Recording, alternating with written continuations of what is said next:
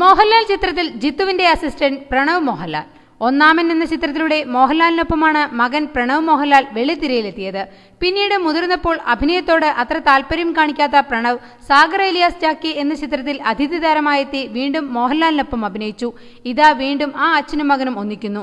ഇത്തവണ അഭിനയത്തിലല്ല.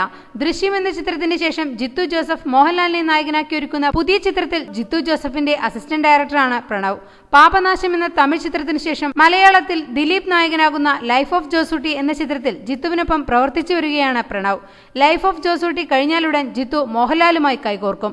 ഈ ചിത്രത്തിൽ അസിസ്റ്റന്റ് ഡയറക്ടറായി പ്രണവും ഉണ്ടാകും. ഇപ്പോൾ രഞ്ജിത്തിന്റെ ലോഹം എന്ന ചിത്രത്തിൽ അഭിനയിച്ചുകൊണ്ടിരിക്കുകയാണ് മോഹൻലാൽ. അത് കഴിഞ്ഞാൽ വൈശാഖിന്റെ പുലിമുരുകൻ ചെയ്യും. അത് കഴിഞ്ഞാലാണ് ജിത്തു ജോസഫ് ചിത്രത്തിലേക്ക് കടക്കുന്നത്. അച്ഛന്റെ ചിത്രത്തിൽ അസിസ്റ്റന്റ് ഡയറക്ടറാകുന്ന കുലുക്കമൊന്നും പ്രണവിനില്ല.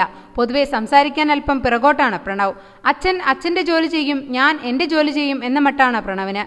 എന്തായാലും അച്ഛൻ നായകനാകുന്ന ചിത്രത്തിൽ മകൻ അസിസ്റ്റന്റ് ഡയറക്ടറാകുന്നതിൽ മലയാളികൾക്ക് അല്പം കൗതുകമുണ്ട്.